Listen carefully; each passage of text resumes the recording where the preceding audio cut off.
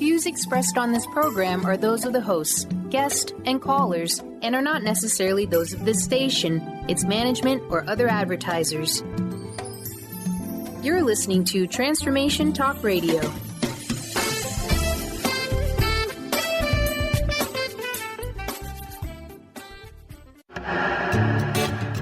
Get fired up for Spirit Fire Radio with your hosts, Dorothy, Riddle, and Steve Kramer. Get ready to shine the light on universal spiritual principles and uncover ways that ageless wisdom can guide you in cultivating consciousness in these modern times. Bring purpose to your life through practical spirituality and add to your awareness with Spirit Fire Radio. Now, here are your hosts, Dorothy, Riddle, and Steve Kramer.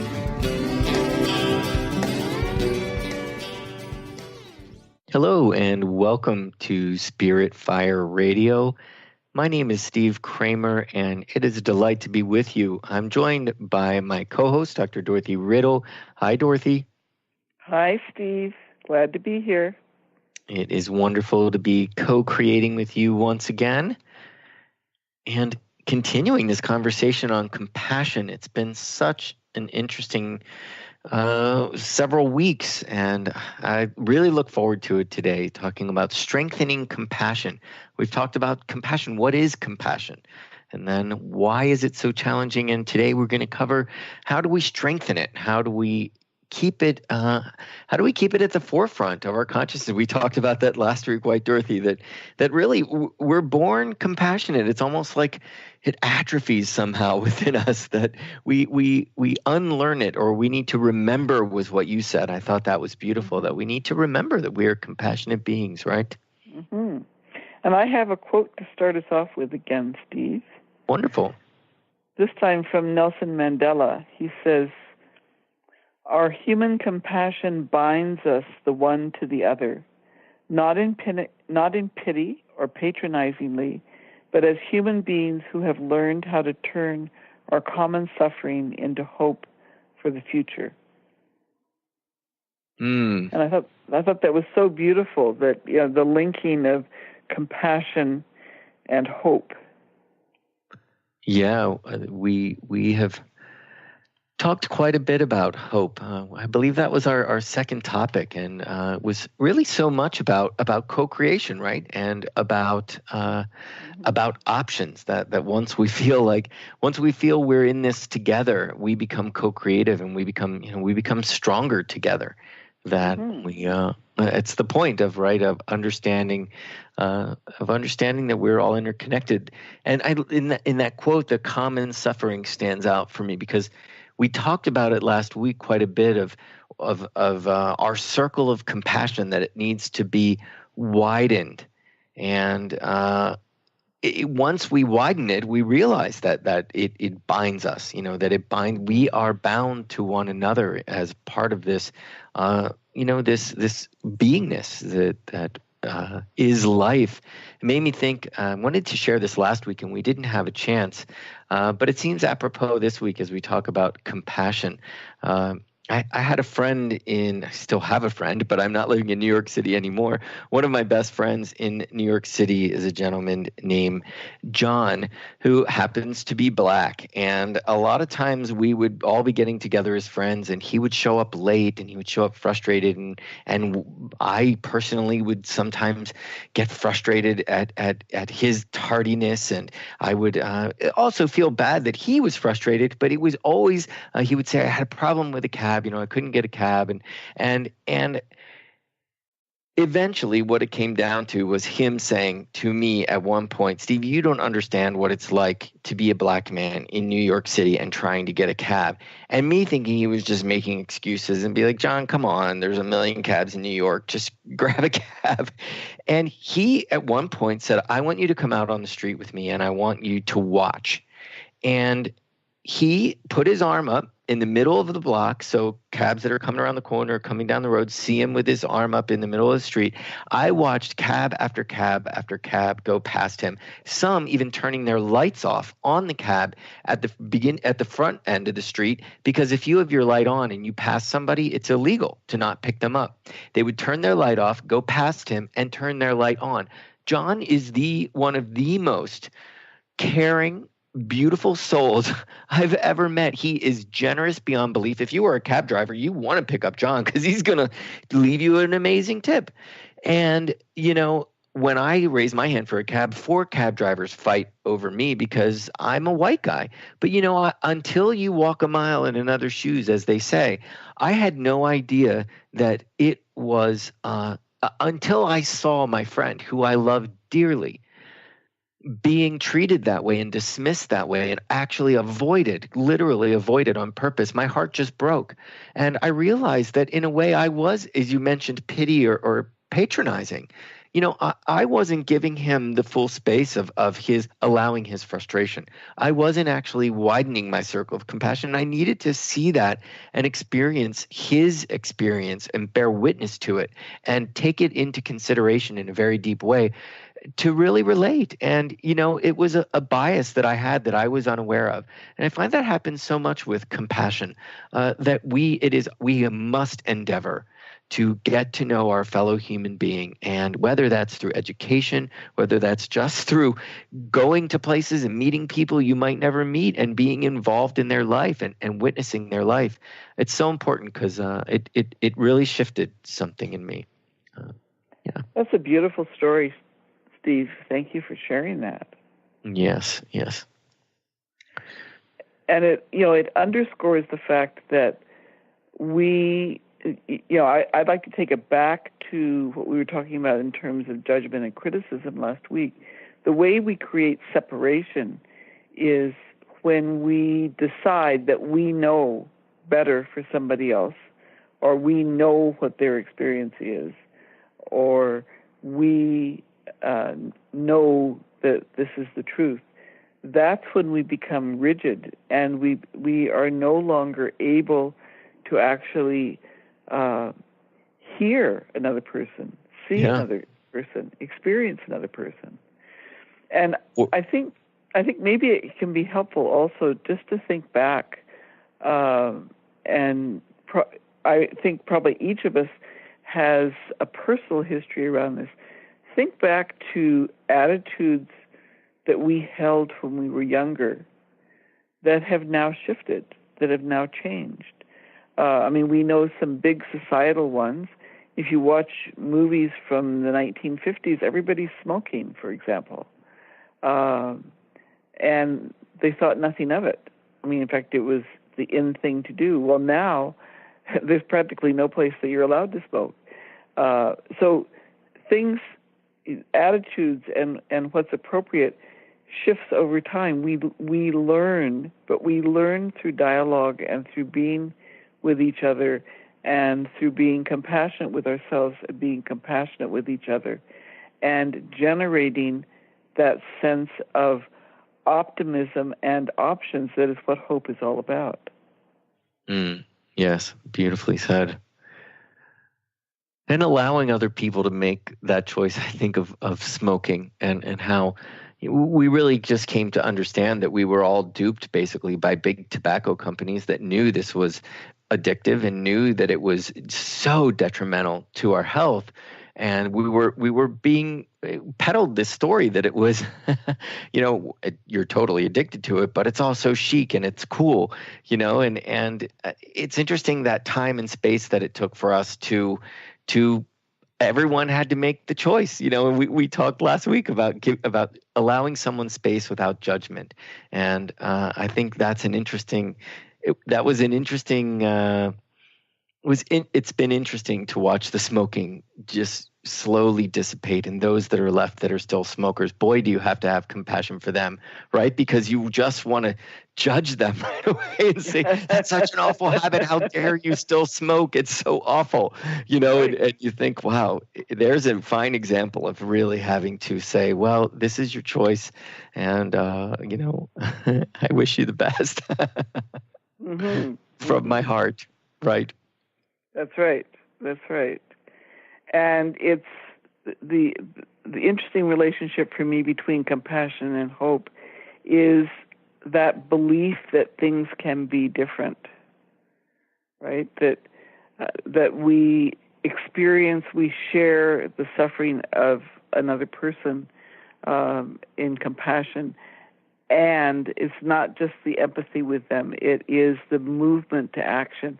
And hope is all about that too, that you know that it's possible for things to be different, and so you try many different ways to make it different. And if we don't, then what we do is we lock in that cycle of suffering. Yes. And we feel worse and worse, and we feel more and more self-pity, and it becomes really a very unpleasant dynamic. Yes, and that is that fine line where we think we're helping someone, but actually we're just perhaps supporting a bad habit, or in pitying them and saying, "Oh, I'm so sorry," and in meeting the same level of energy, we're indeed just sort of locking in that cycle. We mentioned many times again that with hope and the action component, that it is different than empathy, which is being able to feel somebody else's pain. But with compassion, there is that action component of wanting to help, of being moved genuinely to offer help, and it becomes co-creative and it generates hope. So yeah, I love that you've made that link. It's certainly there in that action orientation. Mm-hmm. Sense of hope. We all certainly need it, it seems, these days. Dorothy, we're at our first break. When we come back, we're going to continue the conversation on strengthening compassion in our everyday lives. We'll be right back.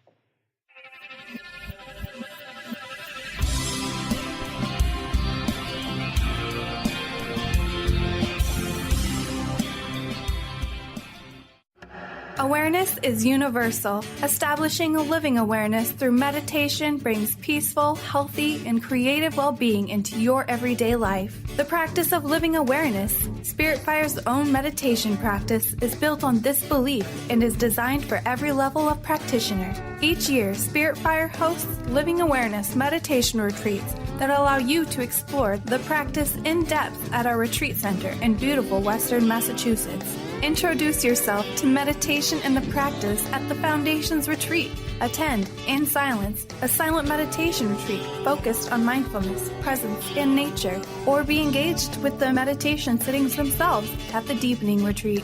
Start adding to your awareness and attend a meditation retreat designed to cultivate consciousness in your everyday life. For details on attending a Living Awareness meditation retreat, visit upcoming events at www.spiritfire.com. What if your body and mind were the compasses to the secrets, mysteries, and magic of life? Glenna Rice, co-host of The Questionable Parent, is inviting you to access all that is possible. Glenna is a 10-year certified veteran access consciousness facilitator who offers an amazing variety of life-changing classes and workshops. Work with Glenna from anywhere, with teleclasses and workshops all over the globe. To learn more and see Glenna's current schedule of events, classes, and workshops, visit glennarice.com. Do you want to heal your body and mind? Your body has a lot to tell you if you just learn to listen to your intuition. Audrey Michelle, host of Rewired Life Radio, can help you peel away the layers that are holding you back from living your best life. Tune in to Rewired Life Radio. Learn to love, heal, celebrate on Transformation Talk Radio every Wednesday at 12 p.m. Pacific, 3 p.m. Eastern. Connect with Audrey at audreymichelle.com. Calling all moms, it's time to awaken your vibrant, intuitive, loving self in every area of your life. Join host Debbie Pokornik as she shares thoughts, stories, and tools to help you stand in your power. Listen to Vibrant, Powerful Moms helping everyday women create extraordinary lives. Mondays at 2:30 Pacific, 5:30 Eastern. For more information about Debbie, visit empoweringenergy.com. That's empowering with letters NRG.com. Discover the healing medicine from the giant monkey tree frog Cambo. Cambo practitioner Ginny Rutherford and professional psychic Todd Rolson have come together for lively discussions of alternative healing medicines from the Amazon. Ginny and Todd bring you Cambo Talk Radio. Tune in each Monday at 1 p.m. Pacific to hear from guests all over the world with real life stories and the medicinal benefits of Cambo. For more information, visit cambokiss.com.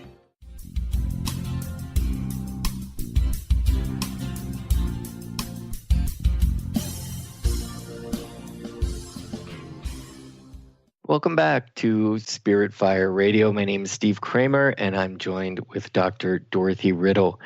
As I say our names, I want to mention the organizations that have come together to make Spirit Fire Radio happen. We are both involved in wonderful educational nonprofit organizations that we hope indeed offer options and offer ways in which individuals can make spirituality and the spiritual path a more practical part of their lives. Bringing spirituality into one's day-to-day life, certainly Spirit Fire tries to do that through our meditation practice called the Practice of Living Awareness, and Retreat Center in Western Mass, and online classes that are all based on consciousness and generating awareness. You can find more out about us at spiritfire.com. And Dorothy, about the School for Esoteric Studies. Yes, thank you, Steve. So we are absolutely delighted to be collaborating with Spirit Fire on this radio program. The School for Esoteric Studies focuses on providing esoteric discipleship training to produce world servers. We're interested in helping persons who have a spiritual practice deepen that practice, and we do this through meditation, study, and service. And you can find out more about us at esotericstudies.net. That's esotericstudies.net. Beautiful. Dorothy, it just made me think, I love that you brought hope into this show on compassion. It makes me just think back of all the amazing topics we've covered. We've been working together since February, and each month we take a different topic and we go very deep into it, all the different components that are tools in a way that one might use on the spiritual path. And all of the conversations are wonderfully, they're just wonderfully rich. It's such a delight to be doing this with you and with all that the School for Esoteric Studies provides. And I just want to let listeners know that at spiritfireradio.com you can find the archives from all of our shows.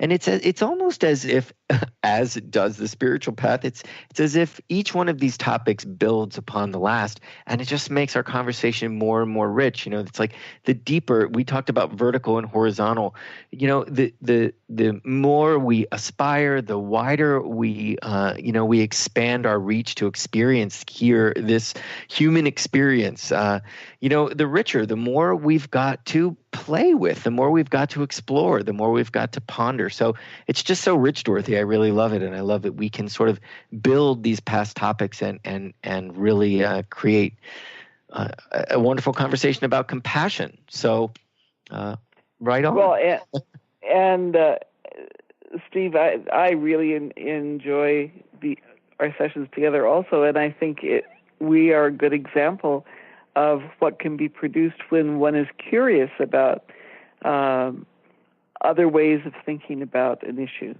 not just that there's one way of thinking about it. And that brings me to the whole focus on harmlessness.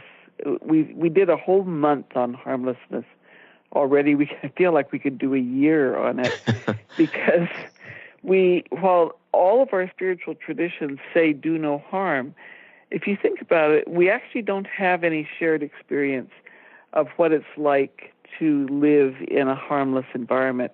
Our media, the way in which we interact with each other, the way in which we interact with ourselves, all have elements of violence or harm in them. And if we are to be compassionate, then we have to consciously move away from harm, disown harm, so to speak, and put in its place a harmless way of being, which to me is fundamentally one of respect and treating the other with dignity. Those are the two qualities that are in the United Nations Declaration of Human Rights, the Universal Declaration of Human Rights, as being the rights of all humans on our planet. Well, and it also has to do with making those choices, but also being willing to take a look at the harm that is being done. It is not about avoiding suffering or harm. We've got to also be able to see it, to look at it. And I think of the Buddha, right? Who was, his father was the king, and he was the prince, and he created this sort of fictional universe where he would not allow him to see any harm, anything that was not absolutely perfect and beautiful, because he didn't want him to go out into the world and choose otherwise. And he thought, in a sense, it was protecting him. But boy, the minute he saw outside of the gates, what a shock the world was, and in a sense had to find, in the end, came to the great Buddhist conclusion that the middle ground is the way, which is considering the other, but also keeping it in perspective. It's about balance, right? Mm-hmm. Mm-hmm. And it's about, there's some other things that we can name. It's about understanding that there's more than one right answer. There's more than one right way to live. I have to say that I am extremely grateful to my parents for the early upbringing that I had, because although there were great challenges, as a very young person, 2 years old, we went from North America to China. We experienced and had to leave as refugees as a result of the revolution going on there. And we went then from China to India. So within a space of a month, I went from a Mandarin-speaking kindergarten to a Punjabi-speaking kindergarten, from one culture to another culture that were very different in values and worldview, and then went on to have close family friends who were Sikh and Hindu and Buddhist, and so by the time I was finishing elementary school, I was just steeped in the fact that there were many, many, many good people from different faiths and different ways of life and different walks of life, and I'm very grateful for that. So in a sense, you're in a way this living example of being presented such diversity, such a variety. And, would you say within that, that a sense of curiosity and wonder, and this experiencing that diversity as something fantastic, something wondrous, would you say that came naturally to you? Well, I was yes. Look back and see it that way when it was happening.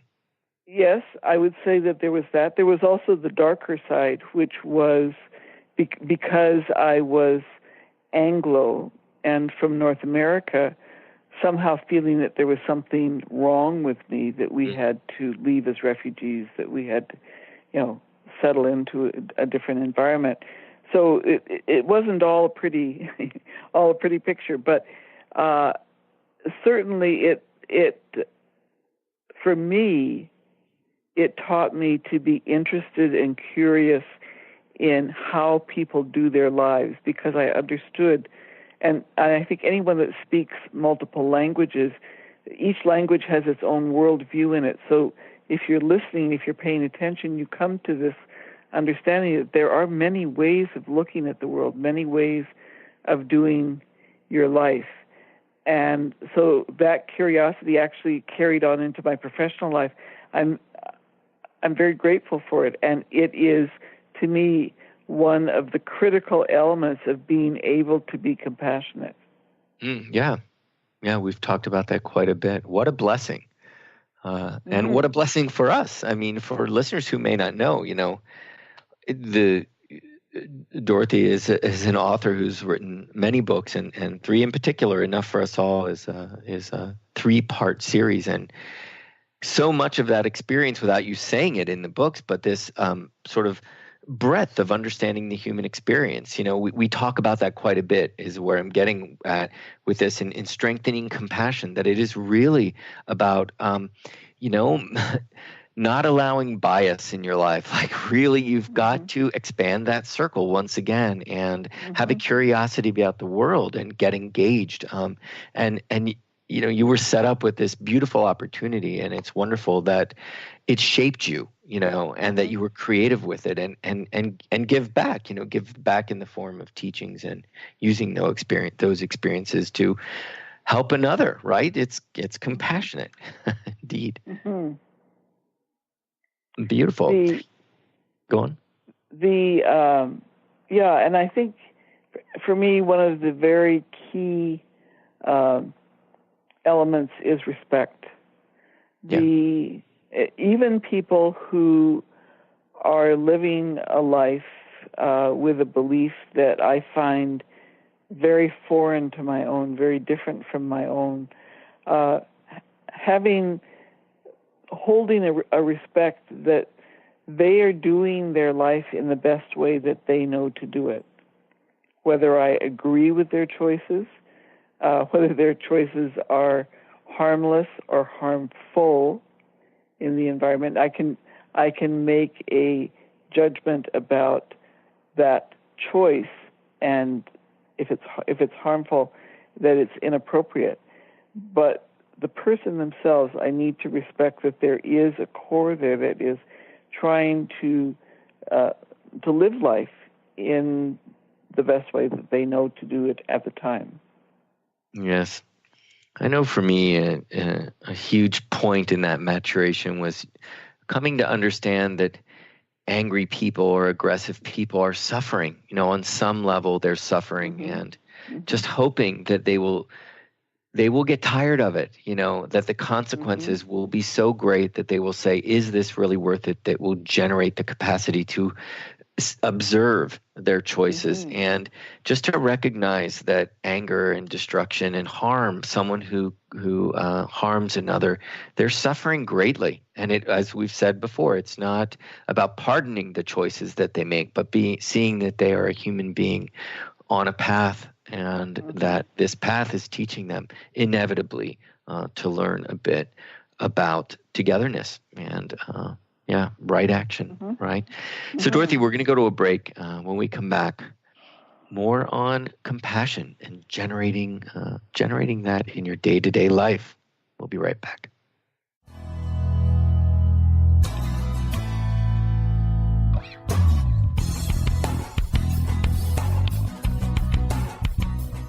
Tune in to Lucid Planet Radio with Dr. Kelly Neff. This hit show will illuminate your senses and empower you beyond your daily stressors and hardships. Renowned psychologist and author Dr. Kelly will captivate you with far-reaching topics and amazing guests as you wake to the greatest version of yourself. Learn to tap into your intuitions, think critically about our world, heal emotional and psychological wounds, and follow your passions to live your dreams. The Lucid Planet. Welcome home. Visit lucidplanetradio.com for more information.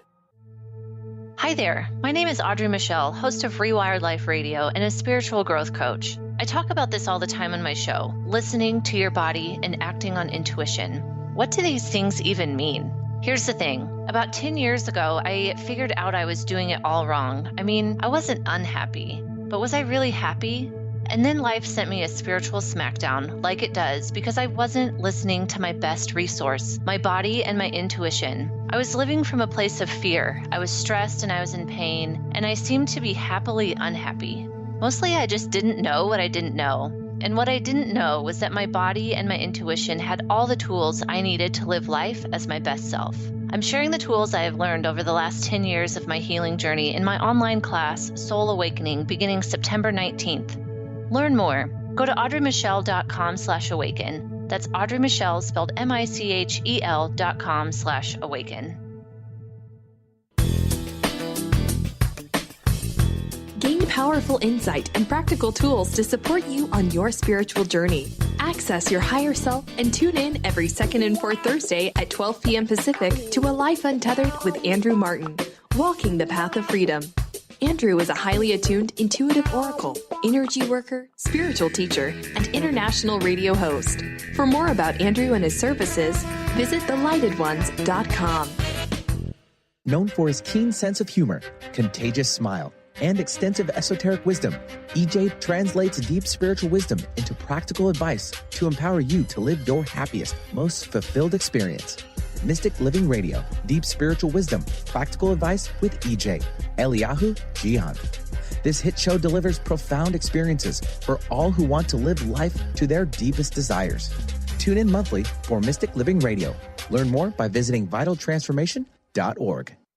Thrive is what we experience when our mind, body, and soul operate as one. When we thrive, we excel on all levels. Thrive is the mindset that matters. It is essential to our being. Have you ever found yourself looking for the instruction manual on how to thrive? You'll find everything you need to help you feel strong, powerful, and peaceful in your own body. So don't waste any more time. Visit thrivebyjen.com today.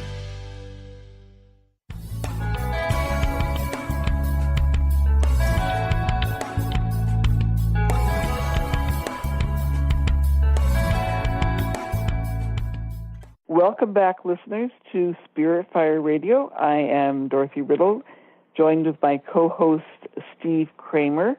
And just before the break, we were talking about the link between anger and suffering, or anger and pain, and being willing to respect the space that somebody's in. And Steve, that reminded me of a story, which I may have told our listeners before, but I'm just going to repeat it quickly because I think it was such a good lesson for me. I was a graduate student in psychology, and I was asked to evaluate this woman who, she had a terminal illness, and she lived out in the country, and she would come in to the hospital. It happened to be Duke Hospital, Duke Medical Center, and she would come in crisis, and literally within 24 hours, she would have been discharged back out. And there was no way that medically these were good decisions. So I was asked to evaluate her, and of course the referral was assumed that there was something wrong with her. And what I determined as I began talking with her was that she was somebody that dealt with fear and anger, fear and pain through anger. That's what gave her a sense of being in control. So she would come into the emergency room. People thought that they were doing the best thing by not telling her how very, very ill she was. And she would get angry at them, and she would start yelling at them, and she would tell them, go on, and pretty soon she'd be discharged back out without having gotten the medical help that she actually needed. So I made up a big sign that I pasted onto the front of her chart saying, when she comes in, the first thing you need to do is to tell her exactly how serious her medical condition is. And the resident in charge thought I was absolutely nuts.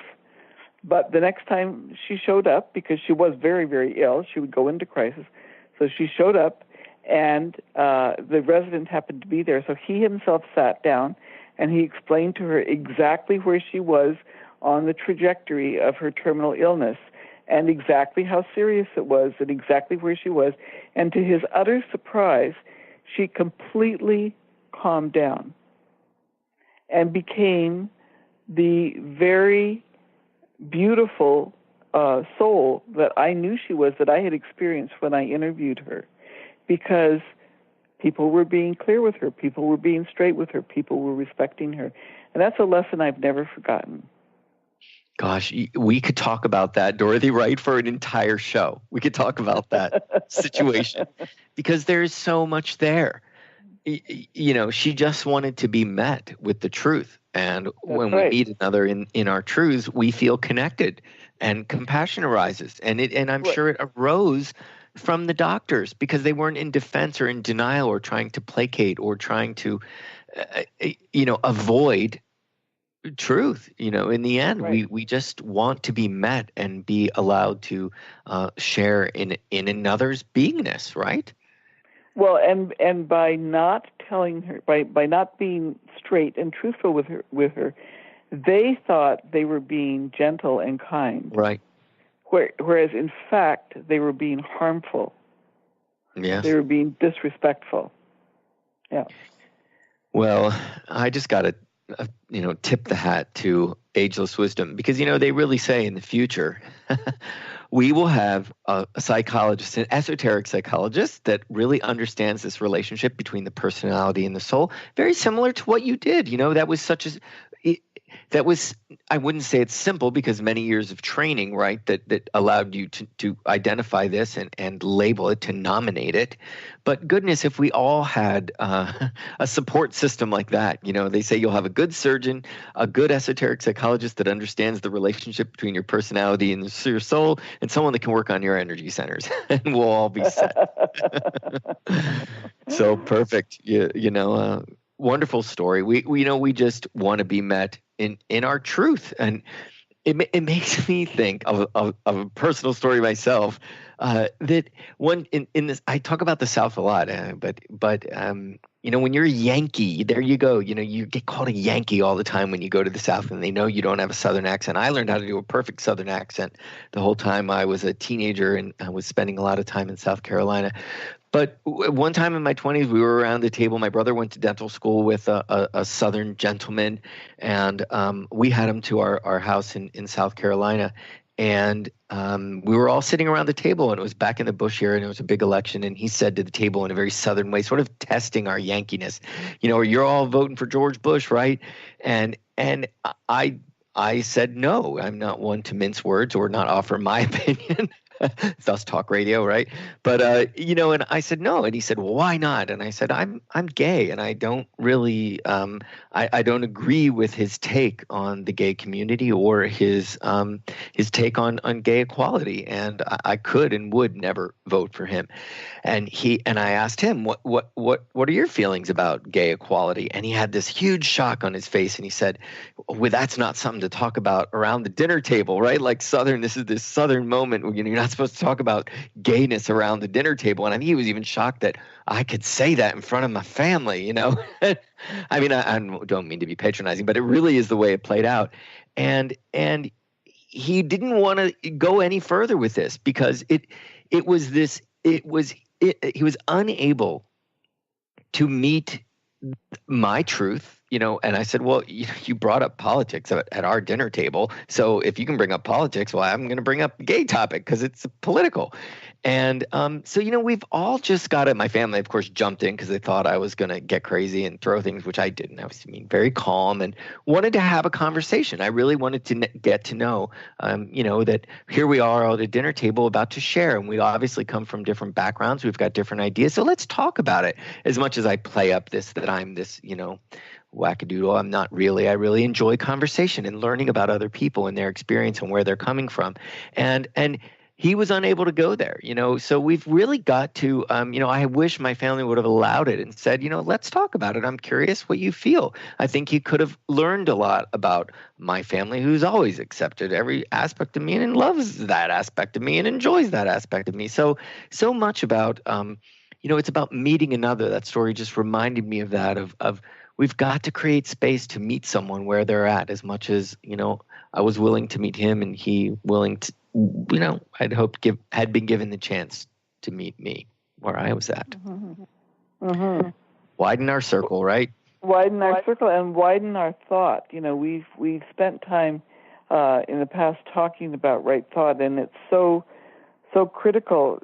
One of the exercises that to me is really meaningful, I do it from time to time when I find myself kind of slipping back into assumptions and stereotypes, is to pick somebody that I disagree with and name 3 positives about their position. About the position that you disagree with, you mean? Yes. Oh. About their position.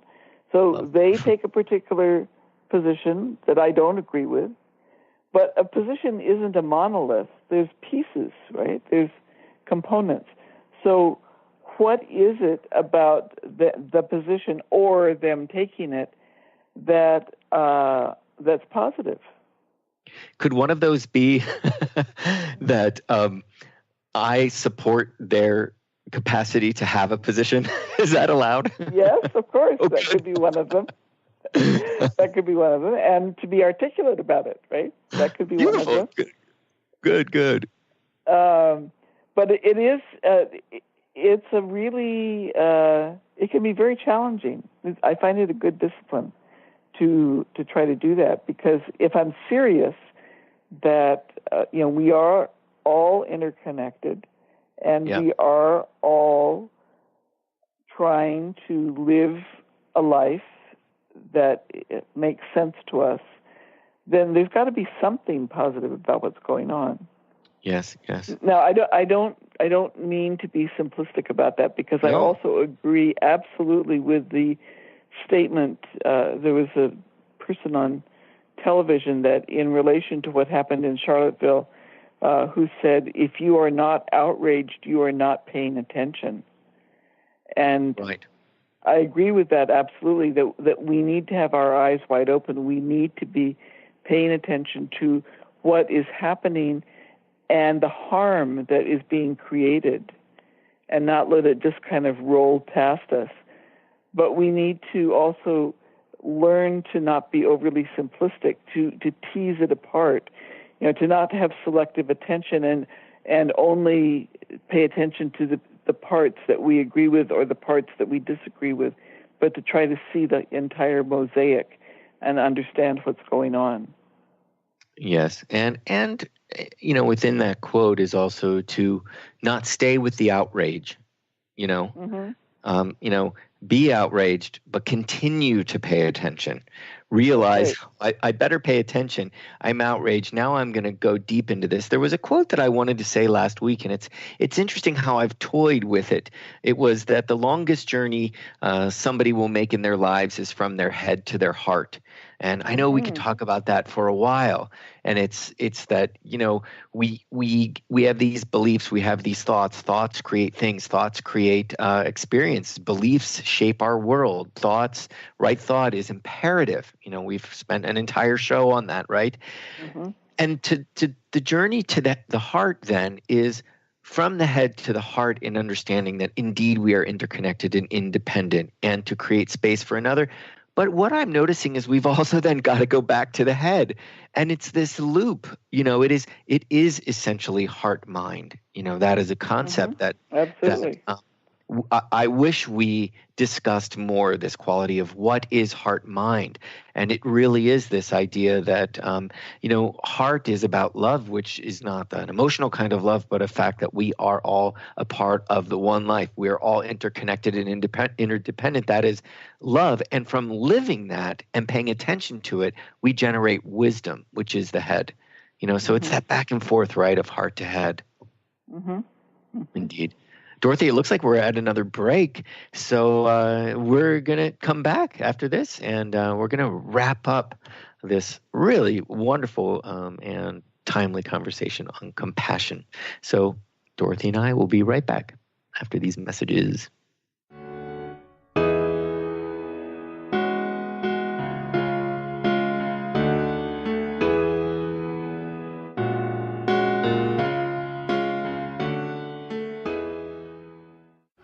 Awareness is universal. Establishing a living awareness through meditation brings peaceful, healthy, and creative well-being into your everyday life. The practice of living awareness, Spirit Fire's own meditation practice, is built on this belief and is designed for every level of practitioner. Each year, Spirit Fire hosts living awareness meditation retreats that allow you to explore the practice in depth at our retreat center in beautiful Western Massachusetts. Introduce yourself to meditation and the practice at the Foundation's retreat. Attend, in silence, a silent meditation retreat focused on mindfulness, presence, and nature, or be engaged with the meditation sittings themselves at the Deepening Retreat. Start adding to your awareness and attend a meditation retreat designed to cultivate consciousness in your everyday life. For details on attending a Living Awareness meditation retreat, visit upcoming events at www.spiritfire.com. What is a brilliant culture, and how do we create them? Why are they important? Claudette Rowley has created a breakthrough 5-step process to help you align your culture with your business strategy for exceptional results. Looking for a culture that drives organizational excellence? Listen to Cultural Brilliance Radio, the second and fourth Friday of each month at 10 a.m. Pacific and 1 p.m. Eastern on Transformation Talk Radio. To learn more or work with Claudette, visit culturalbrilliance.com. How would you like increased health and vitality? How would you like to avoid the onset of disease as well as slow the aging process? This is all possible through a simple, safe, and natural process.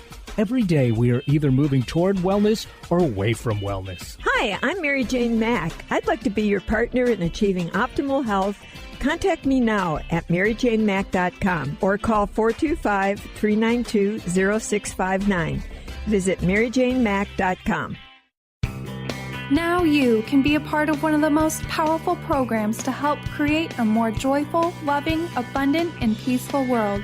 Every day at 12 noon in any time zone, join millions of other people around the world to spend a few minutes in joy, love, and gratitude. Brought to you by Robert Schoenfeld, host of The Art of Powerful Living Radio.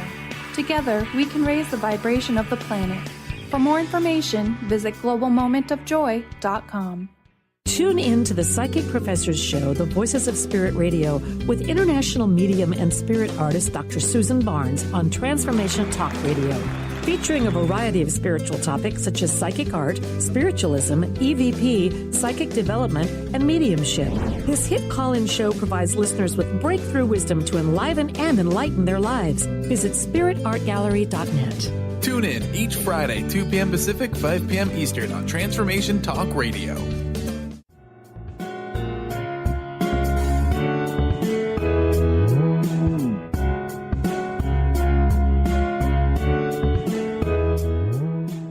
Welcome back, listeners.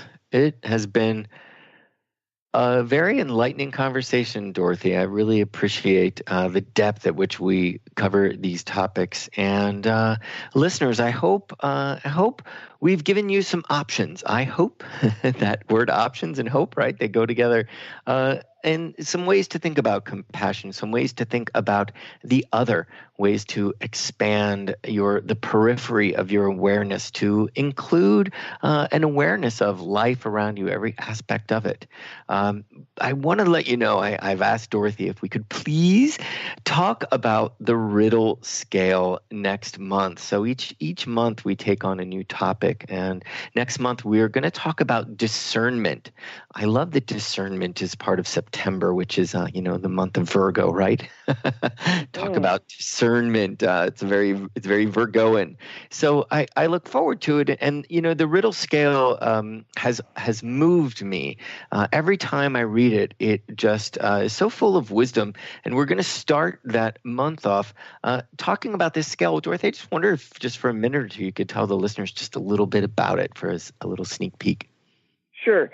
So this is a scale that I developed back in the early 1970s when I was living and working in Arizona.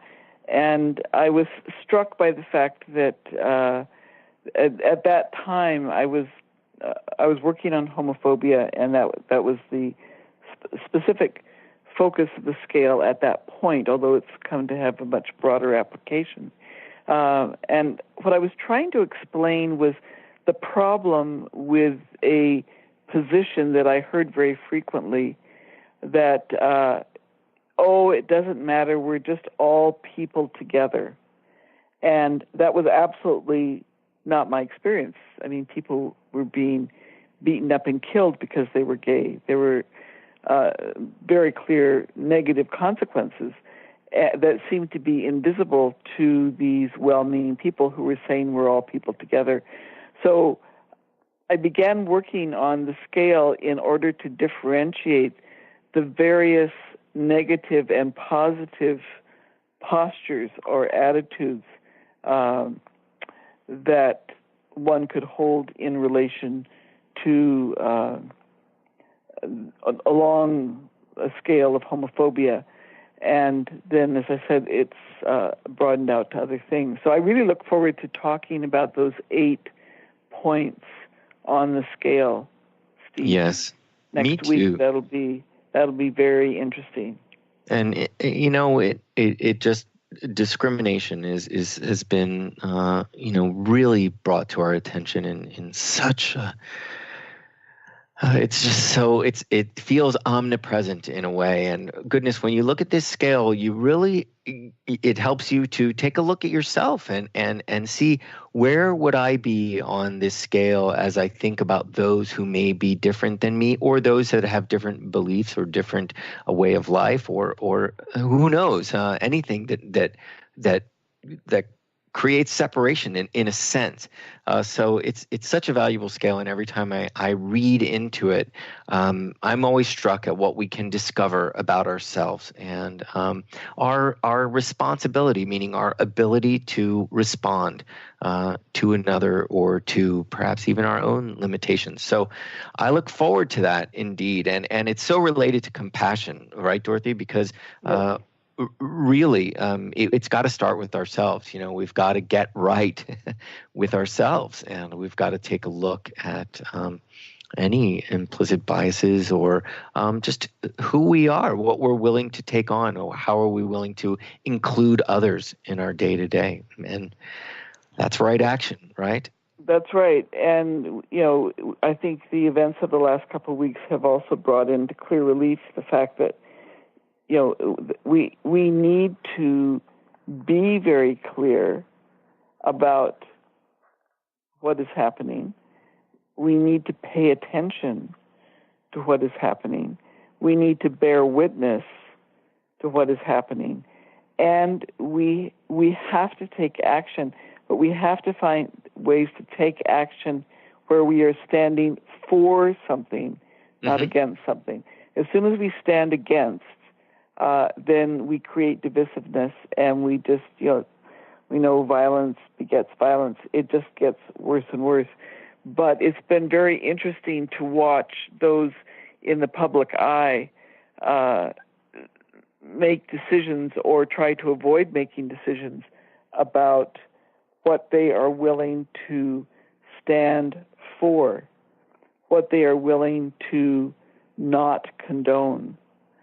Because if you're silent, you are condoning what's happening. Absolutely. We see it all the time. And it seems that it seems even in this sort of back and forth of this situation and people in there not taking a stand, they sort of hide behind criticizing another. We've talked about criticism quite a bit, and having these really sort of over-the-top opinions, and it rarely comes down to a politician or a leader simply saying, here is my belief about this, and putting themselves out there and actually taking responsibility and actually speaking their truth. We just seem to go back and forth in this just dance of opinions and not much truth, or not people taking responsibility, right, for the common good. Indeed. It's been there's that poem. I wish that I could say it from memory, but I can't. But it's about how it was written during the Nazi regime, about how the Nazis came for first one group and then another and then another, and the person speaking in the poem did nothing because they weren't me. And then when the Nazis came for the speaker, there was no one to stand up for them. And so that's the consequence of separating ourselves from others, right? What? Not recognizing the interconnection, not having compassion and identification with others, but saying, no, they're them, that's their issue over there. Yeah, and it's happening right before our eyes, right? We're seeing people be very isolated in that way. Indeed. It's interesting to me, Steve, that at Stanford University there is a compassion cultivation training program. If we think back to what we were talking about last week, that we're actually born compassionate, and then to think that as adults we have to have a training program to reteach ourselves, to relearn, to remember to be compassionate, to be able to act from a position of compassion. Yes. Well, it sometimes seems that critical thinking is a thing of the past, right? These days. There was a wonderful organization that I mentioned, I believe, on the first week called facinghistory.org. And they are just an amazing resource for educators that are I signed up for their newsletter, and I've just gotten the most interesting newsletters that they're really trying to help teachers through the events of the last few weeks and give them all the support they need so that they can bring dialogue and critical thinking, deepen students' critical thinking and help them work on these false equivalencies where actually no one will just take a stand and tell the truth. They all want to beat around the bush, and it all gets so confusing. So these sort of organizations, and as you say, Stanford, it's out there, that there are good people making good choices, and there's support out there. And that, again, facinghistory.org, I would advise anybody, even if you're not a teacher, there's so much wisdom with that organization. Thank you. I think there was another one, Dorothy. Was there another? There was another organization you wanted to mention, yes, no? Compassionate Action Network, which is working towards the goal for compassion to become the new normal in 10 years. And then one of the TED Talks a few years ago was by Karen Armstrong, and it was on, she launched a charter of compassion, and you can go on that website, just Google Charter of Compassion, and you can sign the charter, you can get involved in activities. Again, activities to build and reinforce compassion. Well, we're at the end of the show, Dorothy, and may it be so, as you and I know this phrase, harmony through conflict, right? Mm-hmm. May harmony come through all of this as we, as human beings on this path, and with all of these stories of late, may we be better as a result of it, and may these people whose lives have been lost it not be in vain. May it serve. May it serve to generate compassion and educate us and, clear the clouds, the distorted clouds of really ignorance and illusion. So I hope we've offered some good pointers and some food for thought on the topic of compassion. Dorothy, it was great. I really look forward to next week and talking about discernment. I know it's going to be a wonderful conversation. I look forward to it too, Steve. Take care.